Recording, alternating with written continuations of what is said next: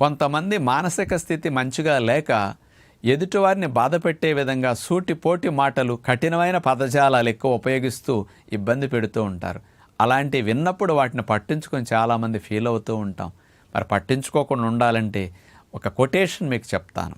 విన్నది విన్నవారికే చెందుతుంది, కన్నది కన్నవారికే చెందుతుంది, తిన్నది తిన్నవారికే చెందినప్పుడు అన్నది ఎప్పుడు అన్నవారికే చెందుతుంది కదా. అలాంటి సూటిపోటి మాటలు అనేవారికే ఆ మాటలు చెందుతాయి. వాళ్ళ మనసు అలా ఉన్నందుకు వాళ్ళకి బ్యాడ్ హార్మోన్స్ రిలీజ్ అవుతాయి. అవి వాళ్ళకి శిక్ష వేస్తాయి.